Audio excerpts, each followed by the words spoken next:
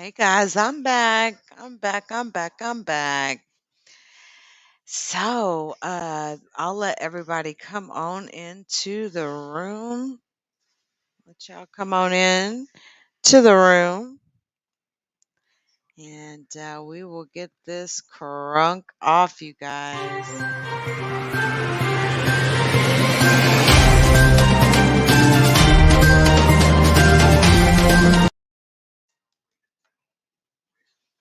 Hold on, we got to fix that. Hold on, audio. There we go. Perfect. Let's try that again.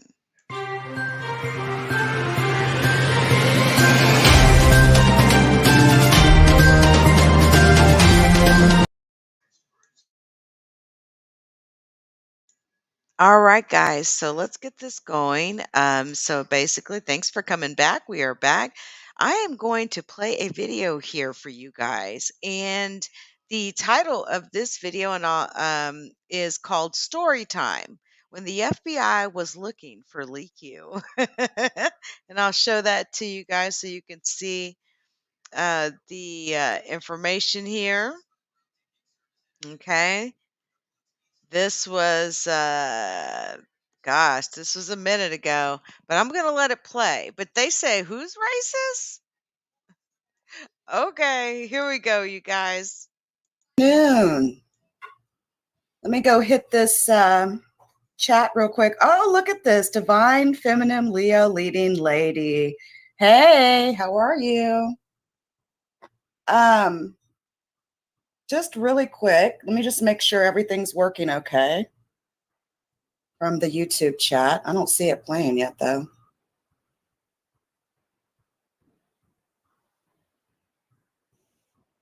It's kind of weird.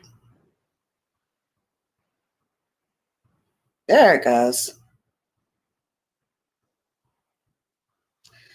This is going to be a total impromptu live stream. I just want to talk about a story that I have.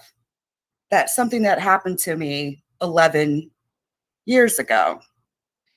And when I started, going back and looking at some of these old clips, I was like, wow, I've been blogging a lot longer than I realized. I have been blogging for way longer than I realized. So hey to everybody in the room. This is a total impromptu live stream. I'm going to talk about the time that the FBI really was looking for me. So I hope you guys are having a really good Sunday. I'm just relaxing. Y'all know I've been in the Bahamas. I just got back maybe Thursday or Friday or something like that. Spent some more time with my mother and flew back home yesterday.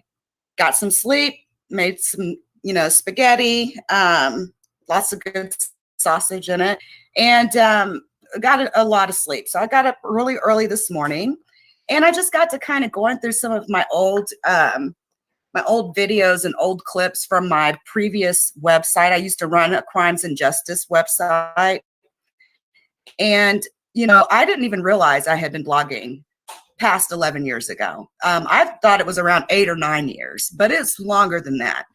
So let's talk about this crazy, crazy, crazy story.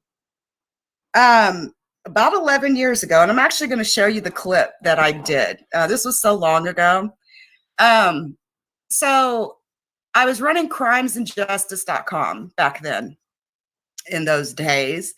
And if you kind of look at some of the previous stuff I've ever wrote about or talked about or blogged about, it's very similar to the stuff I talk about now, right? It's just newer topics, newer stories, but I've pretty much stayed consistent over the years. And one of the things that I cannot stand is racism. I don't give a damn if you're Black. I don't give a damn if you're white.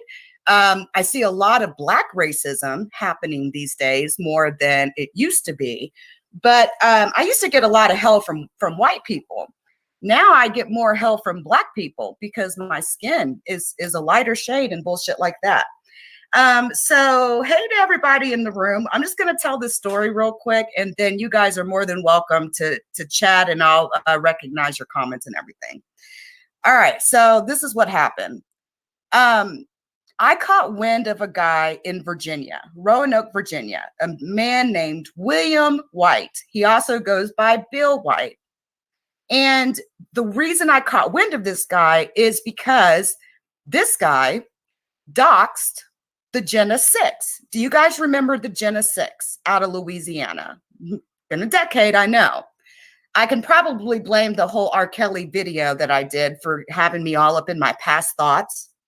But there was the Jenna Six. I don't know if you guys remember it. The story's really not about the Jenna Six, but that's how it all kicked off. I had been blogging, talking about the Jenna Six story, and these boys were treated really unfairly. And so anyway, this back in those days, you'd get a website.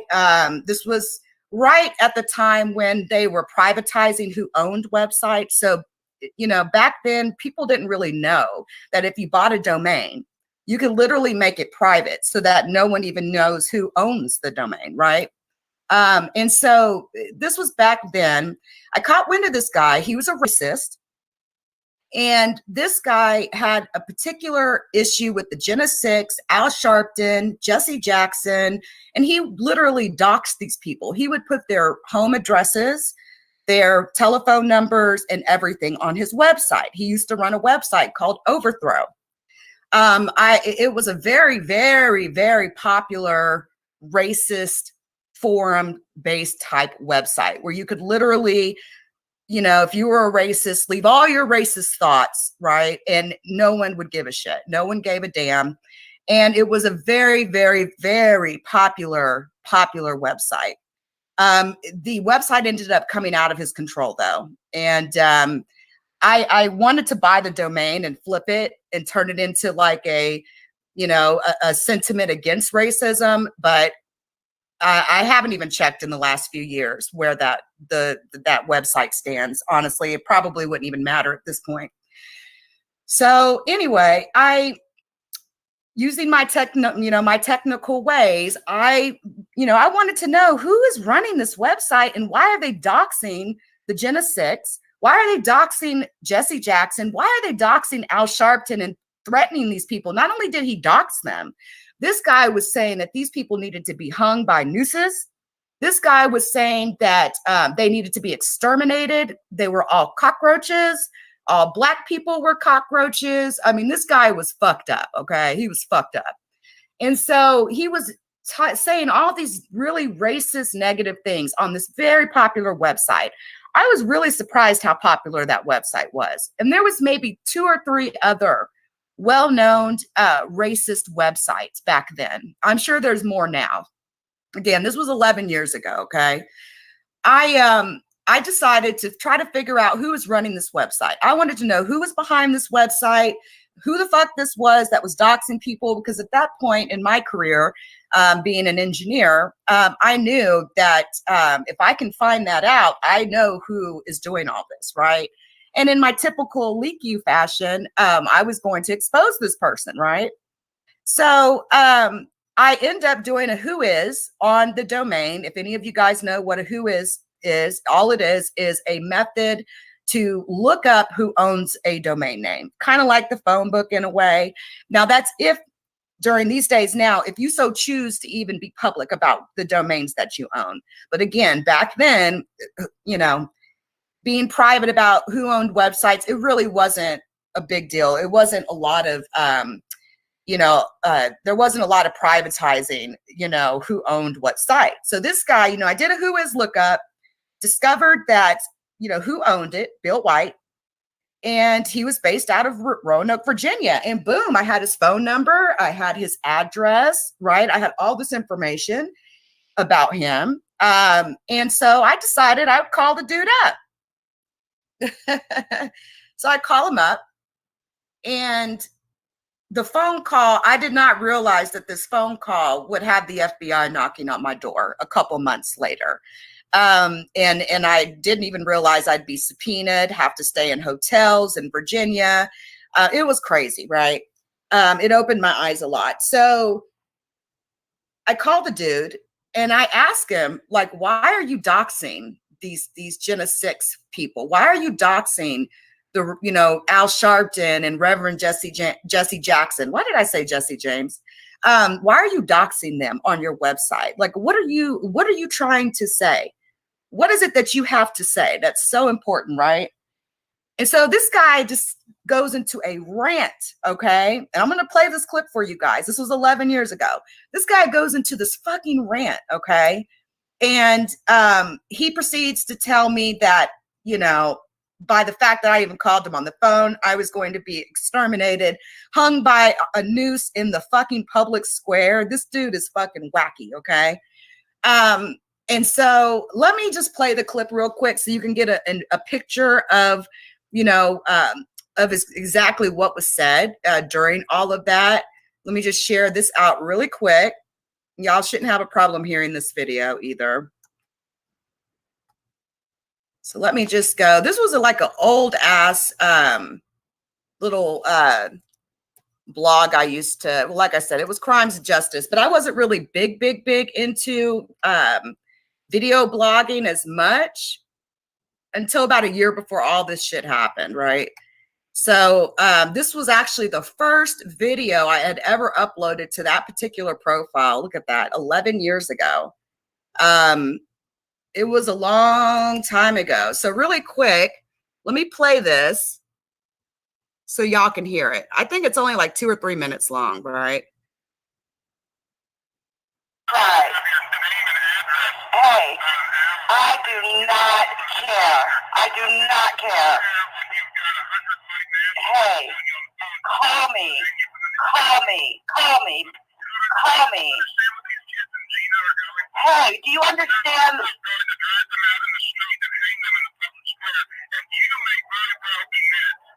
Hey, I'm going to be next. What are you going to do? What are you going to do? Come and hang me next?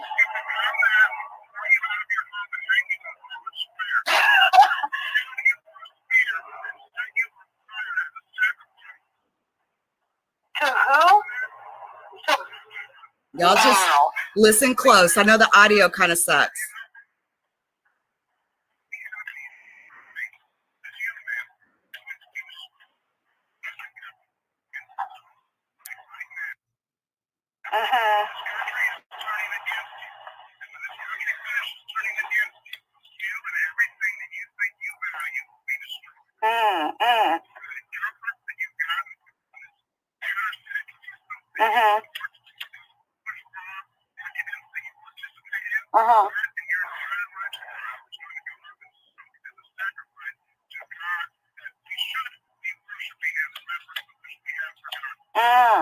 So that gives you the right to post the innocent family members of the Jenna 6 people to murder them. So, and to murder me too. I'm not an enemy. How do you know I'm not white? How am I making myself an enemy? Wow, I haven't even threatened you in any way. Well, how do I not understand? I'll tell you, Angel. Okay, you have no right to put my name and address on the internet.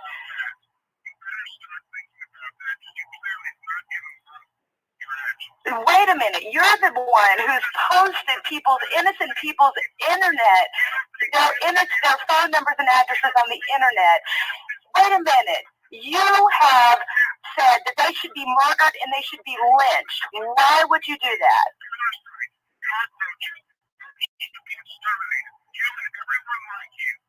I should be, why? Why?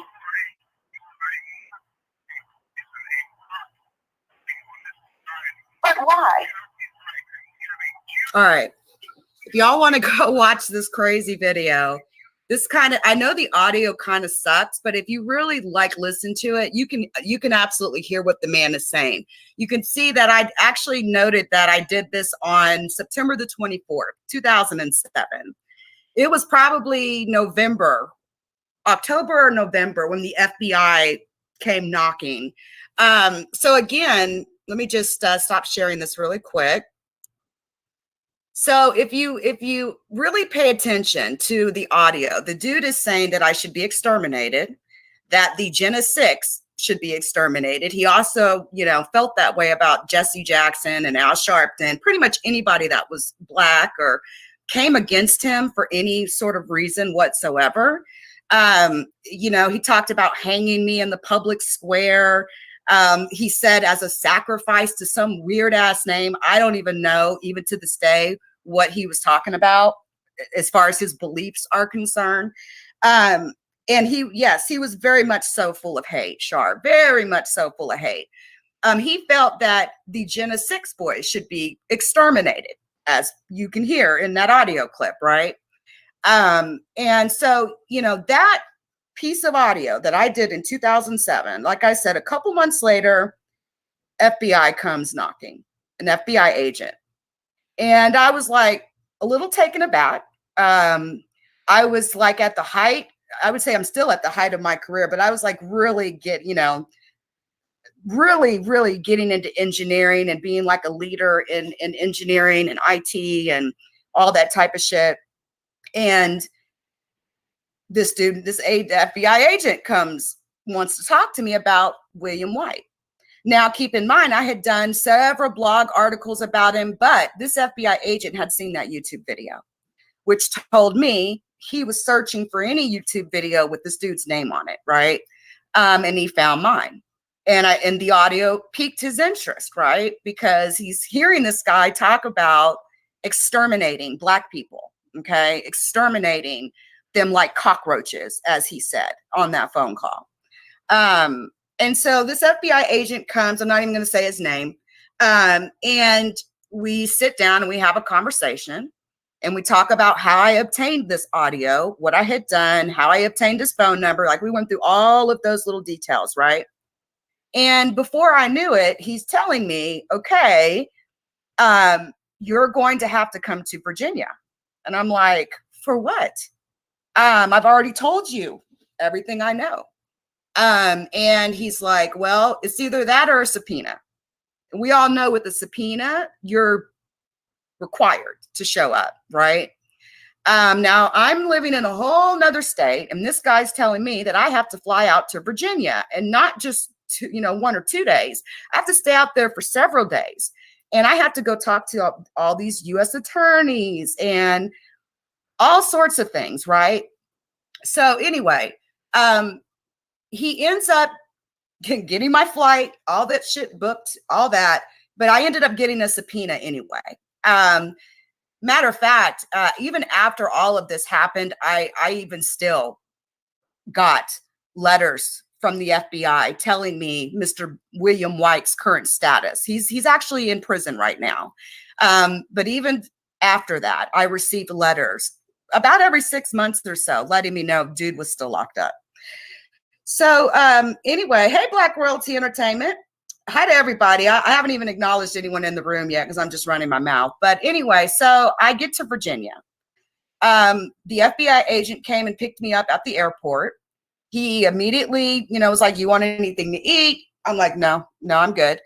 Just take me to my room, right? Because, you're the FBI, dude. I don't even want to be seen in the same car with you, okay? So he takes me to a really, really honked out ass motel room, okay? And I was stuck there for like 4 fucking days. And so there was a little diner, maybe 100 feet, 200 feet or so to like the right of this swanky motel. I kid you not, it was a piece of shit. And that's where I ate at every single day. And I'm like, fuck, my blogging got me into this shit.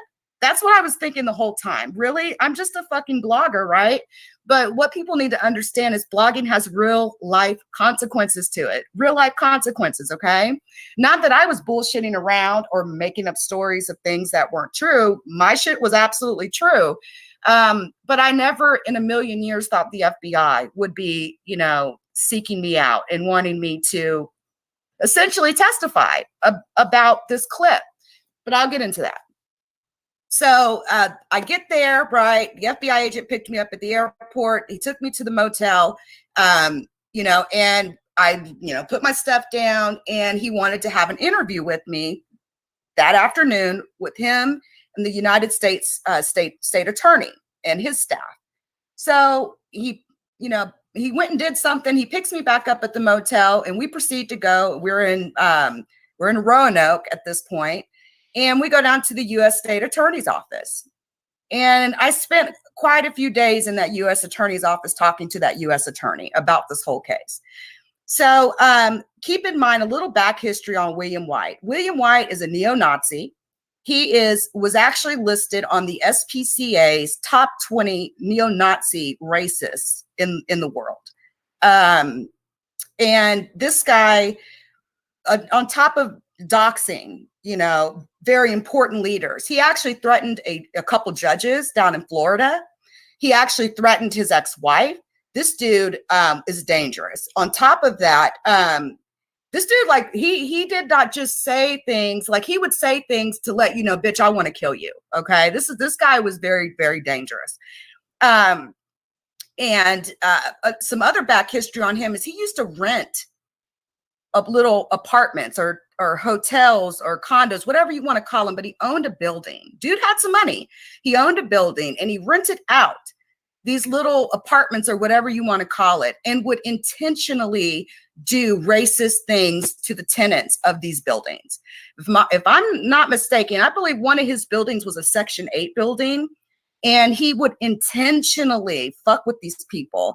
And it got to the point where a couple of his tenants sued him. They won. A couple of his tenants said that he was very violent towards them, where it escalated to violence. And right now, Mr. William White is sitting in prison. He just got his third prison sentence, I believe back in 2014. So, I mean, dude has not been free since like 2007, 2008, when all this shit kicked off. And so he was sitting in jail whenever I was flown out there, right? And they were absolutely honing in on his racist ways, his racism, right? And the threats that he was levying against former judges and prosecutors and ex-wives, and just this dude, he comes off with a lot of vitriol. He's scary. And so I sit down with the U.S. attorney, and the U.S. attorney's like, I wanted that audio that you got of Mr. White. I said, not a problem. I had brought it on a zip drive. I'm like, I've got it right here. There you go. There, it's all for you. Do what you want. He's like, well, I need your help to get it off. Now, here's something that I've talked about only to like my closest family members, but I'll say this.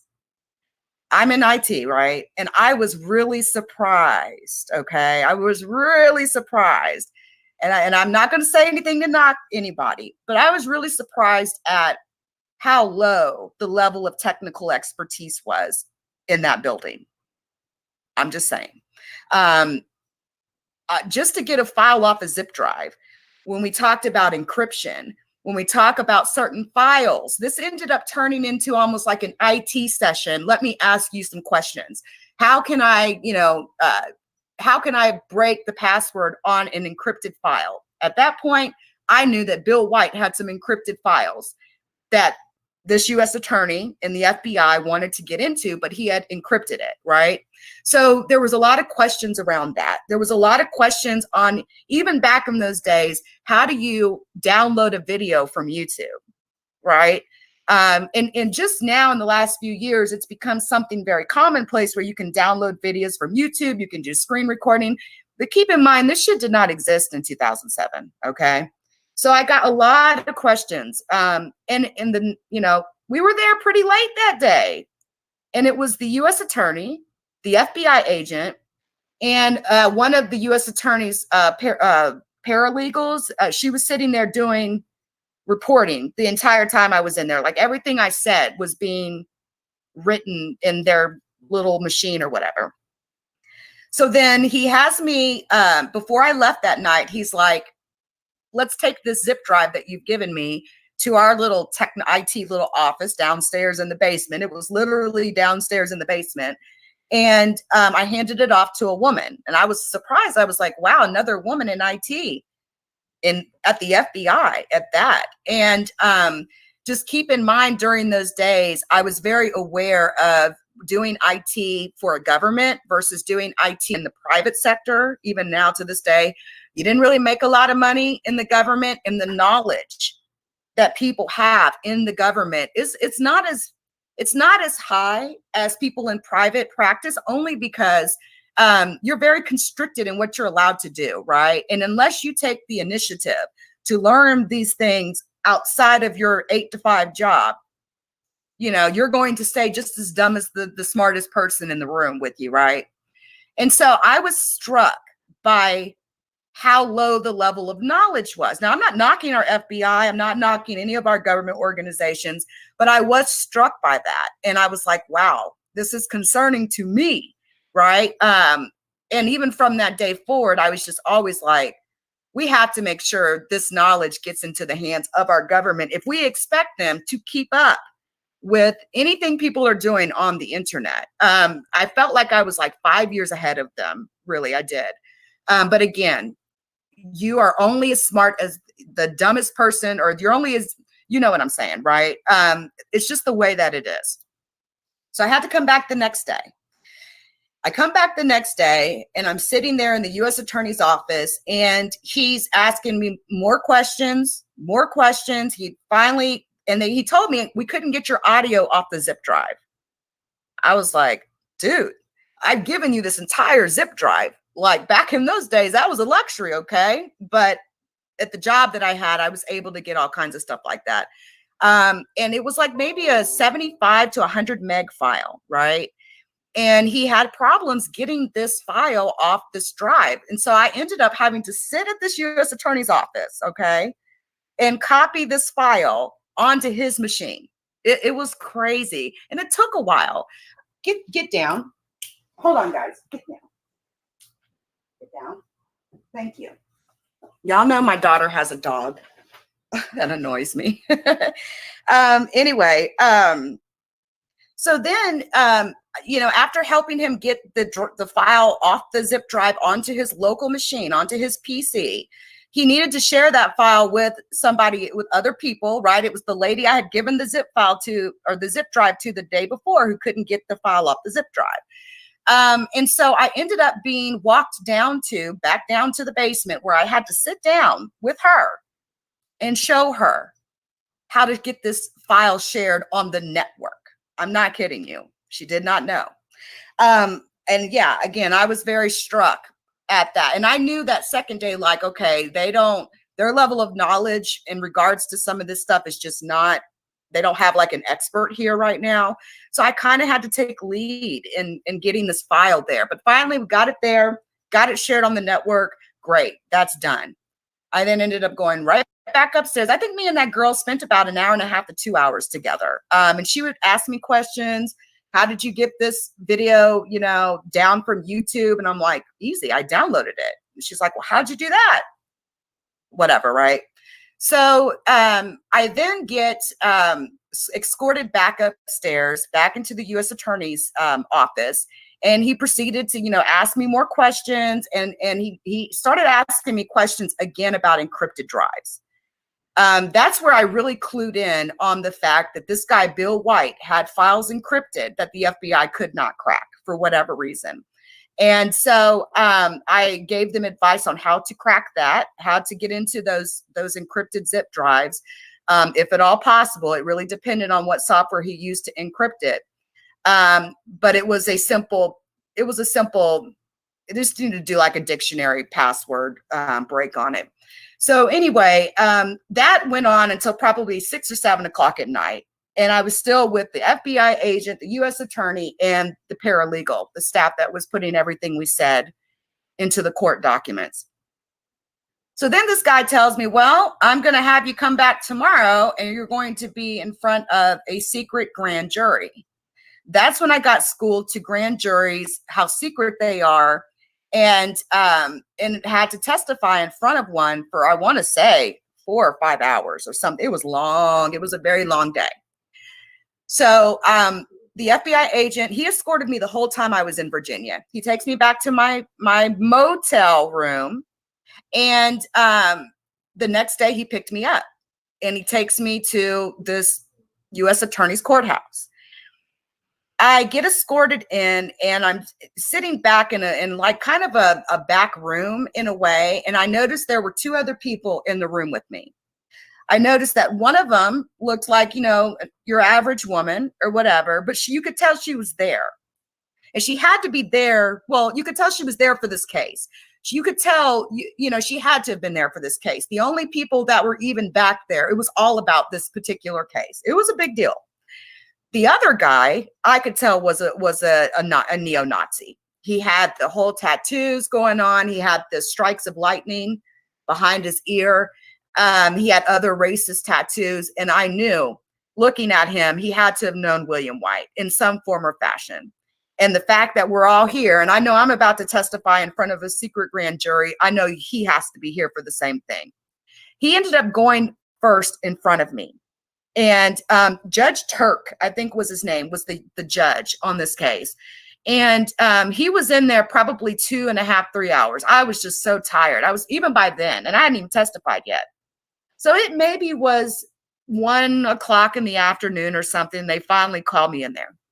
And I'll never forget walking in there, and I get into the courtroom and you've got the judge there, and there was about, you know, maybe 20 something, maybe 30, I don't know, grand jurors that were sitting there, and they looked quite comfortable actually. And I remember, you know, you always look for the Black people in the room. I'm just keeping it real. I noticed there was 2 Black people in the room. Everybody else was white. There was no Hispanics. And I remember there was one Black guy and there was another Black guy, you know, to his left or whatever. They, you know, made me take the oath or whatever. And I get up there on the seat, on the chair, whatever. And the prosecution, the U.S. attorney, starts asking me all these questions, right? And I remember the first question they asked me was, why did you record this? Apparently, before I even go into that, they had played this audio for these grand jurors before I even came in. I never once did they actually play that audio while I was there, but this audio was brought into this case, and they played it before I got in the room. So the grand jurors were already ready and aware to ask questions on this audio. And so the first question that I was asked, and this was the other interesting thing, it wasn't just the U.S. attorney. The grand jurors were asking me questions, right? And so I remember the Black guy, he was to my right. He asked me, he said, first, and it was one of the first questions I got, he said, why did you record this? What made you record that audio on your phone call with William White, with Bill White? And I remember saying to him, because this ain't the 1950s or 60s anymore. You know, this is 2007. It was 2007 back then, as y'all seen 11 years ago, almost 12. So it was 2000. This ain't the 1950s or 60s anymore. He can't just walk around threatening to, you know, noose people up. He can't be threatening to exterminate Black people like cockroaches on the internet, doxing people on the internet, and get away with that. And that was my very close answer on his question. And I remember I received probably about, 100 so questions from the various grand jurors in that room that day. And the U.S. attorney kind of really just instructed things. I think he asked me maybe a few questions, but he really had a lot of his information from our pre-interview, right? A lot of my questions came from the grand jury members. And so I sat in front of them, like I said, a good 3 or 4 hours, right? And it was like maybe close to 6 o'clock before I was able to get out of there. And so they asked their questions. I answered them honestly and to the best of my ability, and proceeded to walk out. You know, was escorted, but I was done. My testimony was done. Keep in mind, I had no clue how this process went or what it was going to be like or anything when I flew up there. And yeah, the FBI paid to fly me. They paid for the motel, not the hotel. They paid for everything. I didn't have to pay for anything. But it was, you know, by the time I was done with it, I knew what I had did was the right thing. I knew I had did the right thing. And it just kind of goes to show how us as bloggers can have an impact on any kind of issue or case in this world. So never, ever, ever think that what you do doesn't matter. It matters. So to kind of sum this up a little, I end up, you know, being taken back to the motel. The FBI agent took me back, and he ended up picking me up the next day to take me back to the airport. I mean, I was done at that point. And I get back to Texas, right? And I started getting these letters in the mail, right? And I would look at these letters, and it was like an update on William White's case. And this went on for years. You know, the first couple letters I got, it would tell me, okay, he's been charged with this. He's now been sentenced to prison for this many years on this.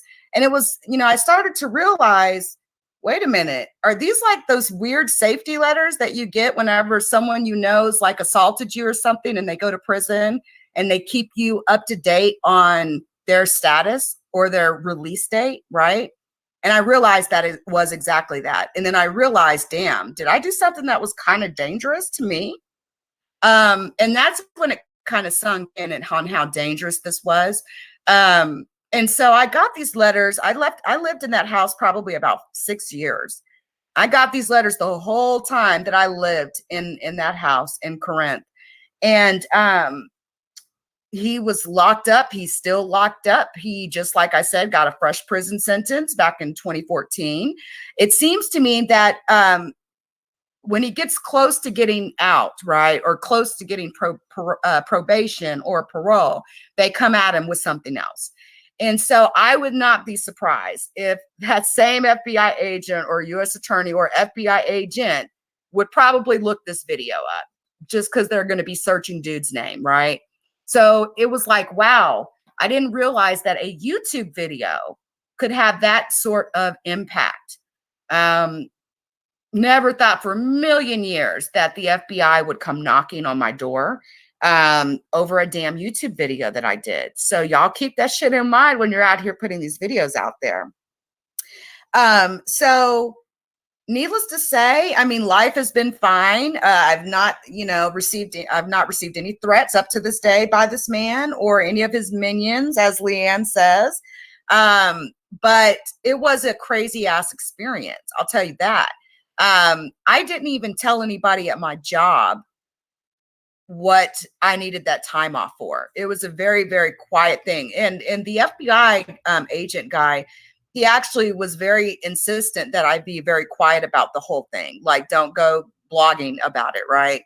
And so to this day, I don't know if that guy, William White, knows if that video ever, I'm sure he does. I'm sure he realizes that that video or audio that I got on him was not good for him, right? I'm sure he realizes that, but he's never made any attempt to contact me, which is in his best interest, right? I don't want him to contact me. To this day, I think back on that sometimes. And, I just really want you guys to understand how important it is to know that what you do out here, it matters. And really what I've picked up over the years, it's usually a topic that you're talking about. Usually when you're talking about a specific topic, that's really the way to get views and to get attention for your blog or something, is to blog about something, a topic that other people are interested in. It's also very important to engage with your audience. If you're just one of those people that put a video out and expect people just to, watch it and you never engage with those people, you kind of can become irrelevant kind of quick, right? All right. So yeah, that is my story of when the FBI came looking for me, right? No, I was not wanted or on the run. Yes, they did a whole fucking background check on my ass. You best believe it. It was crazy. It was crazy. And my mother-in-law was alive then. She died in 2010. And she was very fearful. She was very scared for me to do all of this. Now, I did talk, I talked to her in detail about everything. I used to get on her damn nerves because I'd be blogging about shit. And she'd like, why are you even talking about that? Don't. These people are going to fuck with you. Like, she was real nervous about that. The fact that I would talk about things happening in Paris, Texas, you know, Brandon McClellan, who was dragged to his death, okay, after Jasper by a known murderer who's walking around right now. You know, I would talk about things like that. And it bothered my mother-in-law a lot when I talked about these things on my blog. And the reality is that there is a lot of dangerous racists out there. And that includes in East Texas, guys, really, where I, you know, grew up at. I got an email the other day from someone talking about, are you from Paris? I'm like, dude, you didn't even acknowledge who you are. Do you want me to answer that? Really?